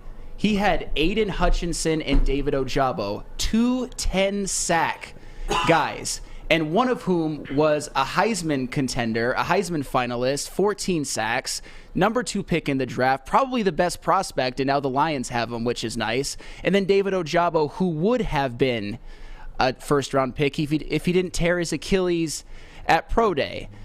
And also that offensive line was just absolutely phenomenal. It won the line of scrimmage in basically every single game. My point is, and why I'm going backwards, is that what Michigan had last year with their roster, with their running game, with their defense, with a offensive line that can just control the line of scrimmage, and a talent deficiency against teams like, Rutgers, for example, John O'Korn could have won 10 games with that roster. 2017 John O'Korn could have won 10 games with that roster. Cade McNamara did absolutely nothing but not crash the Lamborghini. And what I have here is the definitive breakdown as to why. But you know what? I'll move ahead to J.J. McCarthy for now because I think we agree. What J.J. McCarthy provides is an element that Michigan football, I don't know, has ever had, because they only happen to have one first-round draft pick as a quarterback in their history, and it was Jim Harbaugh in the 80s, and he was like the 27th pick. And they're going to lose a lot of players, Michigan. They're going to lose Ojabo, Aiden Hutchinson, already lost him, a couple offensive linemen. They're bringing a few back. They're losing Hassan Haskins. And this team is just not built the same way as the last one. We're going to need a quarterback who can put up some points, who can air it out a little bit, because what they're missing on their pass rush is going to hurt. What they're missing in the linebacking core, the defensive backfield is still, we had a lot of starters returning, but they're missing a ton. And Hassan Haskins, I think that's becoming an underrated departure, because he was the hammer. He was phenomenal last year. He was that bowling ball who just got you, when it was 3rd and 3, he'd get you 4. When it was 3rd and 2, he'd get you 5. When it was 1st and 10, he'd get you 6, make it 2nd and 4. J.J. McCarthy is the type of quarterback that can actually, at least I think, I haven't seen a ton, obviously, this is just speculation, and with his talent, and with a little bit of what I've seen, he's a 6'3 quarterback with a rocket arm. He can actually, run on RPOs, take it outside and run, unlike just giving it up the gut to Hassan Haskins. There was no threat of that with Cade McNamara. This offense can be elite and explosive, considering all the weapons, the returning starters on offensive line, and Donovan Edwards and Blake Corum. And with J.J. McCarthy, I believe he is that guy to give them the elite offense, to maybe be the first Michigan first-round draft pick quarterback since Jim Harbaugh. I'm not so hung up on the idea that they need a first-round quarterback. I do agree talent-wise, though, but for me, the key difference is Cade McNamara last season did what you asked him to do, which was nothing. Exactly. You asked him to do nothing. And in the one game you actually needed him to do something, which was against Michigan State, he crapped the bed in the 4th quarter. And he overthrew 2 passes that would have resulted in Michigan touchdowns. And what do you know? They were throws downfield. And that's always been the knock on Cade. He throws a nice underneath route. The Eric All route against Penn State, 3 yards across the line of scrimmage. Eric All takes it to the house. Everybody's happy. Cade McNamara, the hero. But that's just not the reality of college football. College football is all about repeated success. Absolutely. Alabama's there every year. Ohio State's almost there every year. Georgia, LSU. It's not, I don't want to say it's not difficult, but it's actually not difficult when you have that kind of talent to repeat success every year. Michigan has not struggled under Harbaugh to have success, right? They've had multiple 10-win seasons, finally a Big Ten championship. But I think you go another 10 years without beating Ohio State unless you change the way you play offense. Oh, absolutely. And speaking of that Michigan State game, I'm not going to put all of that on Cade McNamara because he did theoretically play well enough to win. It took an amazing performance by Kenneth Walker, 5 touchdowns rushing. But when he needed to make that play, sometimes you need to go above and beyond yourself and make that play in the fourth quarter when he had chances to, and he did not do that. And also...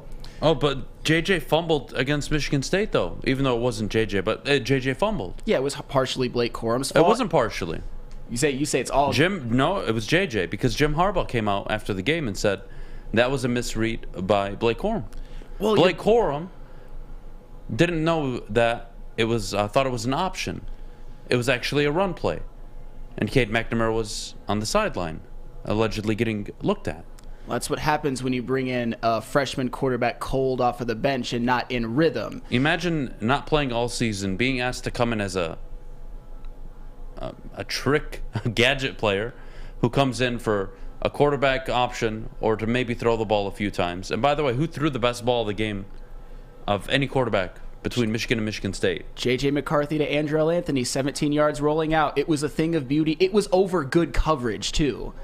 It was an absolutely beautiful throw. It's not a hard concept to understand. J.J. McCarthy gives you an opportunity to be one of the best teams in college football. Cade McNamara allows you to be as good as your team is.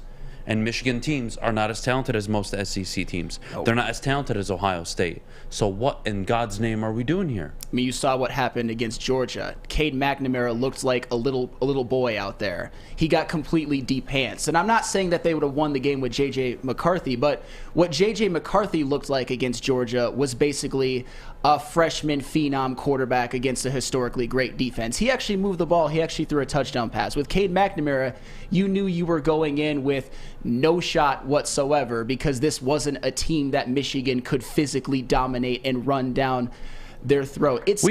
Oh, yeah, go ahead. We talk about Cade McNamara down the stretch as if he was the difference of why you beat Penn State, why you beat Iowa, why you beat Ohio State, and why you you lost to Georgia. That's a whole different conversation. But he had a 1-to-4 touchdown to interception ratio. He was a turnover machine down the stretch, low completion percentage, and everything he completed was 6 or 7 yards down the field at most. And I'm being generous by giving him that number. Absolutely, and especially the Penn State game. I want to bring that up for a second, if you don't mind. Everybody talks about that as kind of a turning point, as Cade McNamara showed so much poise after Penn State had taken the lead 17-14 after Cade McNamara fumbled, by the way, but whatever, we're not going to talk about that. On their game-winning touchdown drive, you know what it actually was. 5 consecutive carries by Hassan Haskins for 28 yards. That's pretty damn good. That's more than 5 yards per carry. And then that throw to Eric All, he stood in a clean pocket. He threw a crossing pattern that didn't even go past the line of scrimmage. And Eric All outran the Penn State secondary. They ran in together, actually. Well, it was like kind of a pseudo pick play, but my point is he was wide open, and he ran past that secondary in a way that I didn't know Eric All could run. So the point is, Cade McNamara basically didn't do anything that anybody couldn't do. Adham Beydoun could have made that throw. Sam Fisher could have made that throw. Alex Westphal could have made that throw. I could have made that throw. It was the easiest throw in the history of college football. He hit him in stride, kind of, but it didn't even pass the line of scrimmage. Cade McNamara, he did even less than I think people realize, and that's why he's a Big Ten winning quarterback, though. All right, he's a Big Ten winning quarterback, and what do you have to say about J.J. McCarthy's turnovers last year? Because they were a problem. I mean, not really. I mean, maybe that fumble that was partially Blake Corum's fault. It was a misread again, and he he was brought in cold. He only threw 2 interceptions. Most of his time was in garbage time. He didn't cost Michigan really any games. He just didn't get the opportunity. And he also made the best throws of the season. And just for the record, I'm not even that upset about Cade McNamara starting last year because that team was good enough to win the Big Ten with Cade McNamara not crashing the Lamborghini. But I don't think it's going to be like that this year. And I also want Michigan to kind of get into the 21st century. I mean, Cade McNamara threw 15 touchdown passes in 14 games. I know that's not the end-all be-all, but that is something. This isn't Rick Leach in the 1970s. This is 2021. And just for reference, C.J. Stroud had 44 and Peyton Thorne had 27. That's pretty jarring, at least to me. So I love the interception comments, and Scott Payer is today's dumb fuck of the day. Because J.J. McCarthy throws an interception. With him right there? Shut the hell up, Fish. J.J. McCarthy throws an interception every 30 passes, and Cade throws every 50. Well, let me explain something to you, Scott. Would you prefer Matthew Stafford or Baker Mayfield? Would you prefer Matthew Stafford or Jared Goff or Matthew Stafford or, I should say, maybe Ryan Tannehill? Right? Guys that aren't going to throw the ball downfield, aren't going to take chances, aren't going to go out and make plays for your team. Would you prefer those guys over a Matthew Stafford who was top of the league in interceptions and still won you a Super Bowl? Give me the quarterbacks that have the balls to try and make plays. I don't care about turnovers. Turnovers are becoming less and less relevant unless they are in abundance. You can throw an interception a game in the NFL and still win. C.J. Stroud can throw picks. Bryce Young can throw picks, and you still win games in college. Turnovers happen. These are 18, 19, 20-year-olds. At the end of the day, we're acting as if Cade McNamara is the protector of the football. He threw 6 interceptions.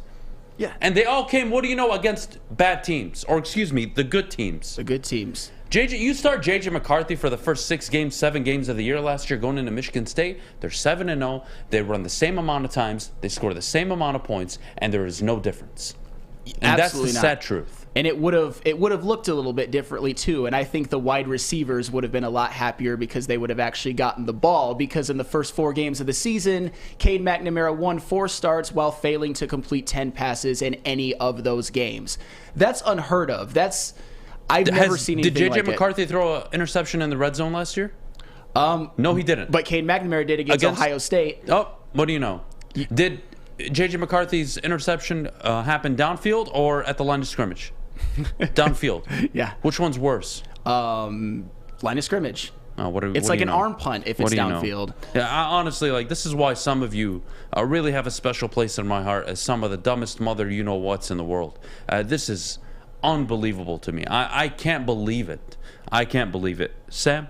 Yes. Thank you so much. Oh, thank you. I apologize for swearing. I know you have a tough job dealing with me. It's okay. It's okay. So, hey, before you leave, do you wear flannels on the weekends too?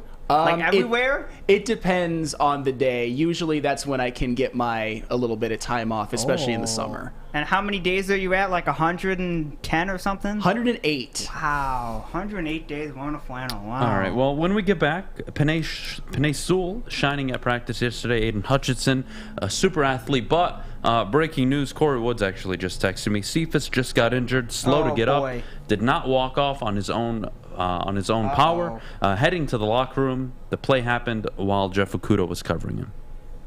Interesting. We'll get to that in just a bit, but before we do, Fish, our good friends over at Cintron. Good old Cintron. They're the official energy drink of the Detroit Red Wings. Cintron has combined all 3 of their delicious flavors into a limited edition 6-pack sampler box. Try Cintron's great tasting cranberry classic or sugar-free all-in-one pack. Pre-order your Cintron 6-pack sampler box today at cintronworld.com/Red Wings.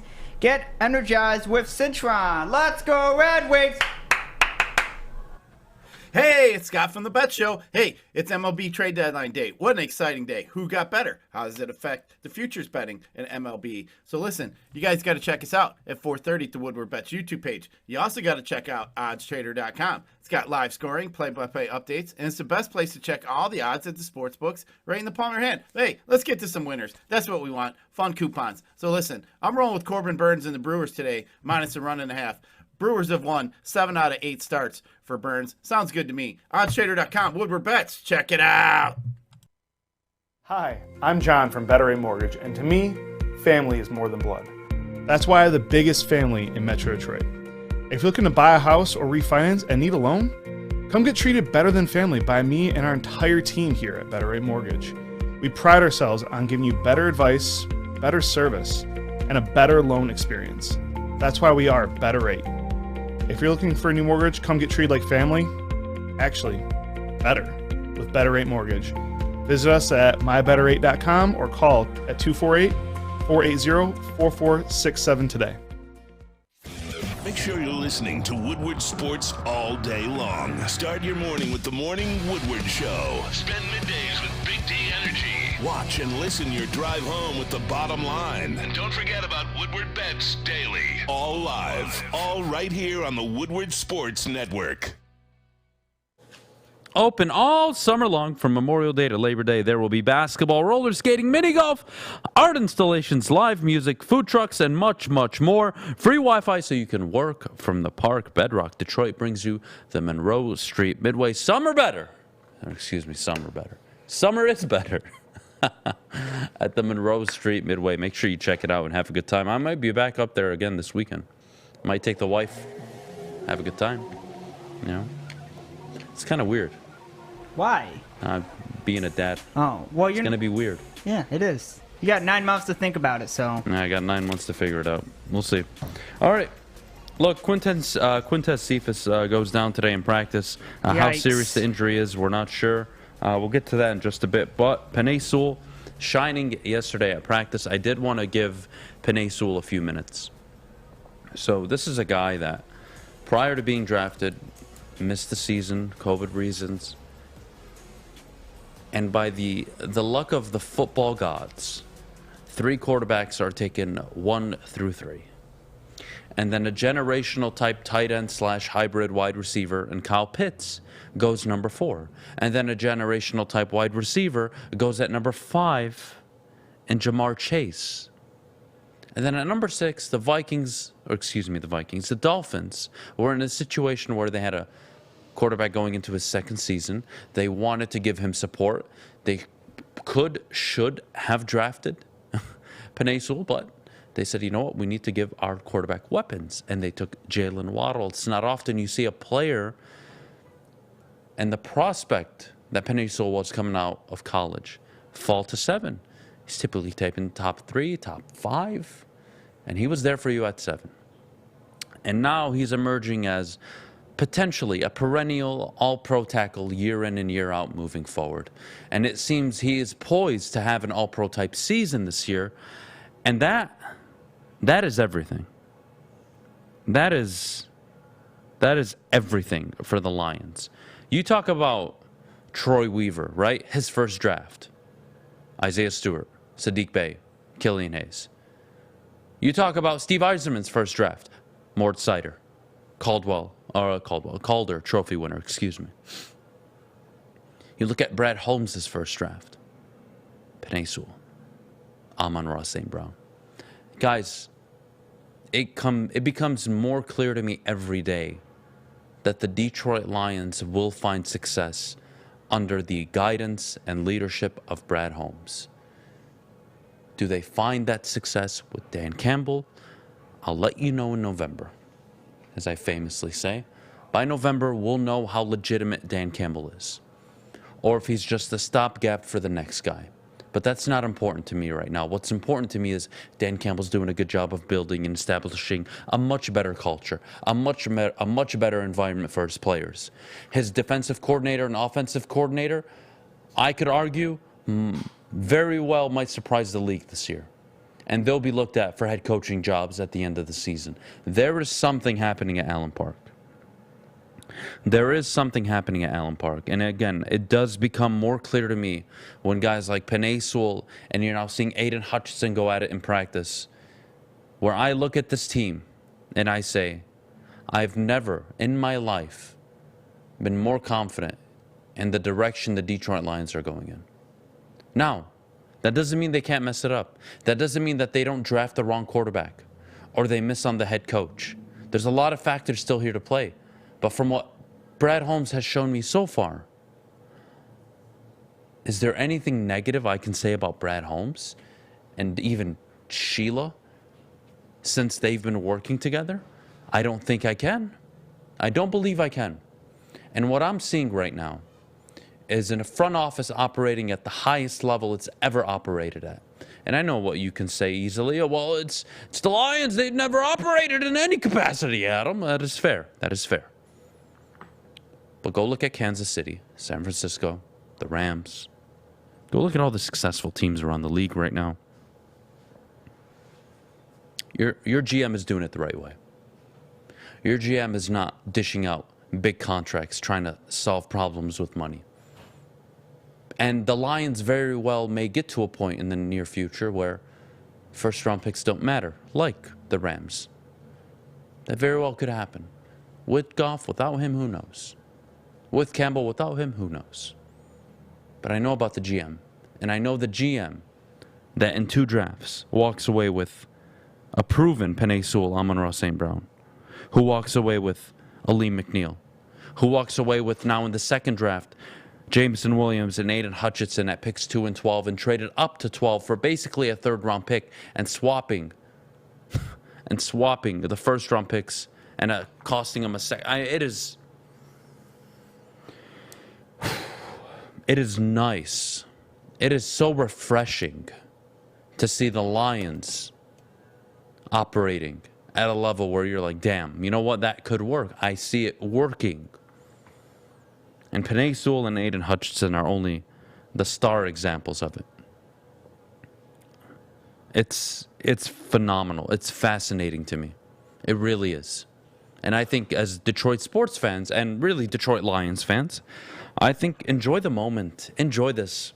Enjoy the early rendition of this musical, if I may. Enjoy the early stages of what very well could lead to a contender. Enjoy it. Enjoy the days of talking about, you know what, we're going to go from 3 wins to 7 or 8. Enjoy them. Because I believe Brad Holmes will have you, by the end of the season, going into the following season in 2023, he will have you looking yourselves in the mirror and saying, oh my goodness, this is a division contender. This is a team that can win the division this year. And it very well could be with the same quarterback and the same head coach. But the roster will be better. The team will be better. The players he has selected will be better. The player development will be better. It's not often you get to have a conversation about the Detroit Lions and say, damn, they're going to give me something in the future. I feel that way about the Lions. I feel that way about the Red Wings. I feel that way about the Pistons. I feel like somebody's shoving a 15-inch steel rod in my ass when I talk about the Tigers, but that's a whole different conversation. But right now, Brad Holmes is giving you everything and more that you could have ever expected from any GM that could have walked into place. Pat Riley says, all the Rams do is sign star players. They discarded their number 1 pick, like Jared Goff, to get better. The Lions need to cut loose failed draft picks and upgrade without hesitation. Pat, I would say that's exactly what the Lions have done. And if the Cephas injury is is serious, he will be history. He will be gone. If Okudah does not have a good season, he will be gone. There is no, I believe this to be true, there is no we accept mediocrity with Brad Holmes. And I could say that even so with Dan Campbell. Now, whether or not, again, he's a good coach, he's a great coach, we'll see. It's his narrative to write, not mine. I don't write the narrative on Dan Campbell. Either he goes out and shows his potential and guides you to what you believe you can achieve, or he doesn't. And if he doesn't, there's somebody else in the league that can and will. That's how the NFL works. So it's not my job to write the narrative on Brad Holmes. He's doing it himself right now. He's the one making all these fantastic decisions. He's the one that's fixed the salary cap. He's the one that's drafted Penei Sewell, Amon-Ra St. Brown, Aiden Hutchinson, Jameson Williams. He has made those decisions, not me. That is his narrative, his story that he is writing. And Dan Campbell will be writing his story this year. If they're a 3-win team, he's written his story. We know what he is. If they win 7, 8, 9 games, you're looking at a potential division-winning team in 2023, and that falls exactly under the 3-year timeline that I always tell you about in the NFL. If you're good at what you do, it takes 3 years to turn it around, if it's a really bad situation. If you're a very good coach, and the coach before you just sucked, but the GM is actually pretty solid, and the roster's pretty solid, you can do it in a season. Don't believe me? Matt LaFleur, Sean McVay. Doesn't take much in this league. You just need to get the right people. So I am very optimistic, and I'm looking forward to the future of the Lions under Brad Holmes with Penei Sewell, Aiden Hutchinson, and company. But before we go, we got to tell you about the best defense on and off the field, Fish. Best defense on and off the field, of course, is Guardian Alarm. Summer is here, and that means spending more time outside. Do it, because you've got a month-ish to do so. Let Guardian Alarm give you peace of mind while you're outside enjoying the sunshine. 90 degrees this week. Go enjoy it if you're a fan of that. Oh, go to the beach. That's good, too. Just call the famous number of 1-800-STAY-OUT today, and you can rest easy knowing you have 24/7 protection. 1-800-STAY-OUT. Everyone who doesn't like football, let them know Woodward Sports sent you today. Hi, my diamonds. It's Crystal with an X. You want to get hot and perfect like me? Here's my super easy routine. Drink at least a gallon of water before you wake up. Attach a weight to everything in your house. Sell your car and just sprint everywhere. Scream when you exhale. Don't follow Crystal with an X. Do your own thing at Planet Fitness with tons of equipment and free fitness training in our clean and spacious clubs. Join now for just $10 a month and cancel anytime. It's a great day to get some Centron in your life. Okay. There it is. Centron, here we go. Gotta grab the cranberry. Oh wait, it's 2 for $4. Gotta double up with the classic as well. Centron World, baby. Centron, available at select Krogers, and if you wanna know how, go to @CentronWorld.com. You get dope like me. You know what? Why wait?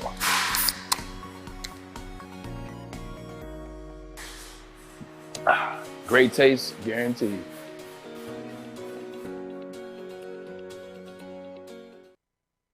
You have an opinion? Make sure it's seen and heard. Tweet us, hop on the YouTube chat, slide in the DMS at Woodward Sports on all social media. It is the month of August, and well, that still means you can get a free Woodward Sports t-shirt all month long at Big Frog in Novi. Just stop in, tell them we sent you, and they will print you a Woodward Sports t-shirt on the spot in their awesome printing presses. So go to Big Frog Novi today and get your free Woodward Sports t-shirt, or visit them at bigfrog.com/Novi today. Big Frog, go get yourself a lovely Woodward Sports t-shirt. All right, we're back here on the Morning Woodward Show, joined by Owen. Owen is our Michigan State beat reporter. Go Green! Owen, you were at Big Ten Media Day last week. I was, yep. And you got some sound nuggets, right? Mm-hmm. You got some good bites. Kind of walk us through what we're about to show the audience. Okay, so I believe the first video or show is Xavier Henderson, the safety for Michigan State. He was asked what was his thoughts on Michigan State being projected to finish 4th in the East. Obviously, coming off of last season, those expectations were low. They were expected to finish almost dead last in the Big Ten. That was not the case this past year. They ended up finishing 3rd, which is really tough with Ohio State, Michigan. But if you want to play that video right now, or you don't have it, Yep. okay. Give him a few seconds. Okay. He'll wrap it up. But basically, he's going to talk about the fact that, you know, it doesn't matter. Like, all these projections, all these rankings and everything, it just, who cares? What's the vibe? What's the atmosphere like for Michigan State right now? Determined. Yes. That's the vibe right now. Their current social media hashtag is #NextStep. Obviously, last year they had 11 wins. They beat Michigan, won the Peach Bowl. How do you take that next step? How do you get better? That's what Peyton Thorne and company is just focused on. Obviously, the defense can get a lot better, but that offense needs to get better as well. What is Mel Tucker's biggest stress point or pain point going into the season? Just, I mean, keep doing, so for like offense, keep doing what you're doing. But what I was impressed with Mel Tucker was he took ownership, I guess would be the right word, of the secondary. He said, me and Coach Barnett, who's in charge of the secondary, have been working hard on coaching these DBs, these safeties, to get better, because obviously against Ohio State, that secondary was exposed. They weren't very good. There was wide open receivers all over the fields. There was a couple guys that would have really good games, and then another guy that would just get exposed, and then you're giving up constant touchdowns. You got to put it all together. That's something Xavier Henderson and company, as the captain of the defense, wants to focus on. They want to put everything together. Obviously, this defensive line, one of their stronger suits compared to their secondary, but with the mere speed, Xavier Henderson's really excited about this kid. We asked him about him, and he said he's the tallest guy in the DB room. He's a leader. He's really smart, from Georgia as well. He's a long kid. He's got a lot of speed. He's got a lot of bursts as well. He's going to be able to lock up number one wide receivers. We're going to see that early in the season. All right, Alex, if you could go ahead, play the video we have from Owen on Michigan State and Big Ten Media Day, please. No, it's funny when Amir got here, because I'm used to Ronald Williams being the tallest in the room, and Amir got here and made Ron look short. So it was just funny, and Amir can run. So we're excited that he's here, and he's really smart too. Coming from Georgia, he's an older guy. He pushes dudes a lot because he really wants to be good. He wants the secondary to be good. So it's been good having Amir. Some people, Ronald's coming back and had a good. When I was thinking about it, I was just talking about the other day. A lot of our corners had really good games. You know what I mean? Ronald had a good game versus Indiana. He had another real good game where he stood out a lot. Marquis had a really good game when he got to play his most versus Rutgers. I remember he looked really good, and I'm really excited for Marquis. Chuck obviously had that play against Michigan that everybody's loved. Chaz versus Nebraska, his interception to seal the game. So we really just got to put it all together. We got some pieces. I'm really excited to see Marquis Lowry out there. He can do a lot. He's got a lot of burst to the ball, and he can tackle. A name that people might not know that much is Justin White, who's a walk-on, but I like Justin a lot. He had a really good pressure versus Michigan where he hit the quarterback, and that's a name that you might see on the field more nowadays. All right, Owen, if you could, the defense going into the season, what is Mel Tucker's focus with this defense going into 2022? Well, it's obviously the secondary. Secondary's got to be better, but also getting that pressure on the quarterback as well. That's a big focus point. You lose out on Beasley and Ponashuk, but these guys in the secondary, led by Amir Speed, Xavier Henderson did a really nice job describing what Speed has meant to that locker room. He's coaching these guys. He's from Georgia, coming off a national championship win. He started 8 games for Georgia last year as well. He's a leader for this team. And guys like Ronald, he talked about White as well, Angelo Gross. All these guys need to get better and be consistent. They showed those spurts. He talked about these guys having really good games against those certain opponents. They need to come together and have great games together. And that's what Mel Tucker's focused on. He's coaching these guys. Obviously, he used to be a DB for Wisconsin back in his playing days. He knows the most about the secondary. He's stepping aside in practice, talking to these guys, making sure their form's perfect, making sure they got that burst of speed, they're able to get that chip at the line. It's all about that consistency for the secondary. And at the defensive line, Jacob Slade's getting a lot of love from especially Pro Football Focus. They ranked him the best interior defensive lineman in the Big Ten. That's a statement to be made. I didn't even know Jacob Slade was that good. Obviously, I knew he was good.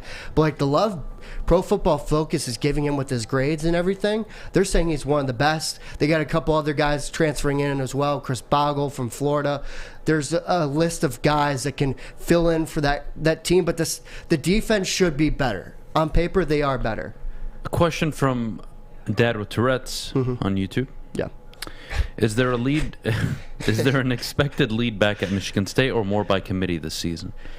So Broussard, what I've heard in practice, has been fantastic. They love everything he's giving him. Obviously, Pac-12 Offensive Player of the Year in 2020.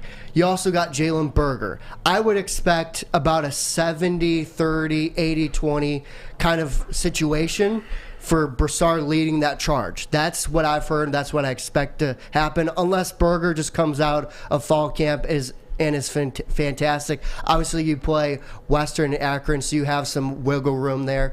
We'll see those carries probably get more split, but I think Broussard can fill in nicely. You got two guys that can fill in for Kenneth Walker, not just one, and that's what Mel Tucker talked about at Big Ten Media Days. He talked about you can't just replace Kenneth Walker. Everyone's talking about replacing him. That's not the goal here. You got to replace him with two guys.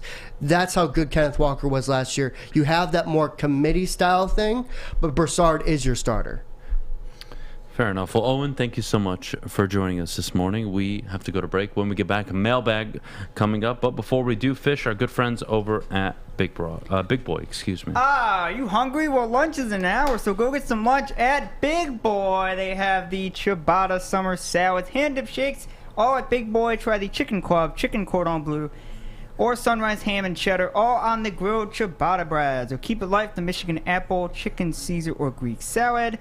Don't forget to cool off with some nice hand-dipped cookies and cream. Ooh, shakes. Well, the strawberry shake, you heard it here first. Summer just got better at Big Boy.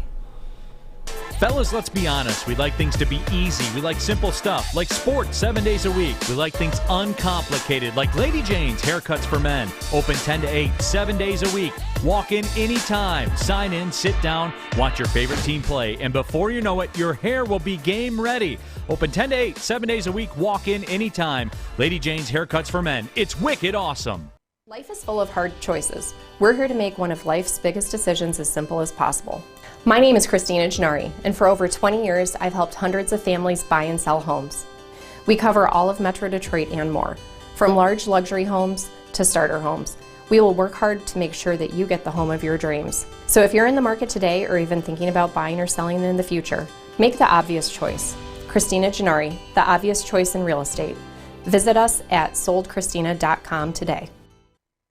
3 NBA championships. Detroit fans were there. 11 Stanley Cups. Detroit fans were there. 4 World Series wins. Detroit fans were there. And that one Lions playoff win in 1991. Yeah, Detroit fans were there. Woodward Sports, where the fans are. Alrighty, Academy of Warren, the brand new state-of-the-art sports dome that has a regulation-sized basketball court, volleyball court, and soccer field. You can play some good old 7-on-7 football on there as well. Kindergarten through 8 that features AM/PM latchkey, small classroom sizes, learning suite, futuristic media center, free breakfast and lunch, and academy games, and K-8 athletics as well. Enroll today at academyofwarren.net. Adams asks, Adam, are you a Red Zone guy or NFL ticket guy on Sunday? So, Jesse, full disclosure, I have multiple screens, and the main one is always Red Zone. Okay. Always like Red that. Zone. Everything else, you have all the other games on the TVs, that's fine, but the main shot's always going to be Red Zone. Nice. It's got to be Red Love Zone. it. I'm a How Red do Zone you guy. not? Oh, it's incredible. Let's see. Where's Maddie at? Maddie is at a golf event yesterday and today now. She'll be back tomorrow Oakland Hills along Country with Club. Terry. She's out with Darren McCarty at the Detroit Red Wings golf outing today, actually. So she's having fun. Adam, are you excited, as I am, to see Jacob deGrom? Excuse me. Yeah, I mean, he's a uber-talented arm, but he'll probably get hurt after the fourth pitch. Sorry, Abe. I don't like the Mets, even though I would love to be the Mets right now if I was a Tigers fan, but that's just not the case. When is the next Avila riot happening? You know what? I don't know. I haven't decided. I really haven't. Honestly, I kind of want him to stay now. I know it's a really big change from what I've been saying, but I think I want him to stay. I think I just want him to fuck this entire baseball team into the ground. That way they're forced to sell. Let Al keep doing it. The rebuild will last 70 years. But why would Chris Illich sell? Baseball would force him to. Nobody shows up to the games. They get blacked out. I don't know. I mean, they're not doing that in Oakland, and Oakland has no They're attendance. self-sabotaging right now. Pat Okay. Riley asks, Adam, who has a better future for the next 10 years, the Jets or the Lions? Wow. Good question. That's a tough one. That's a tough one. So I'll tell you what. It's tough not to say the Jets because they may have a franchise quarterback, but I don't know that answer yet to it.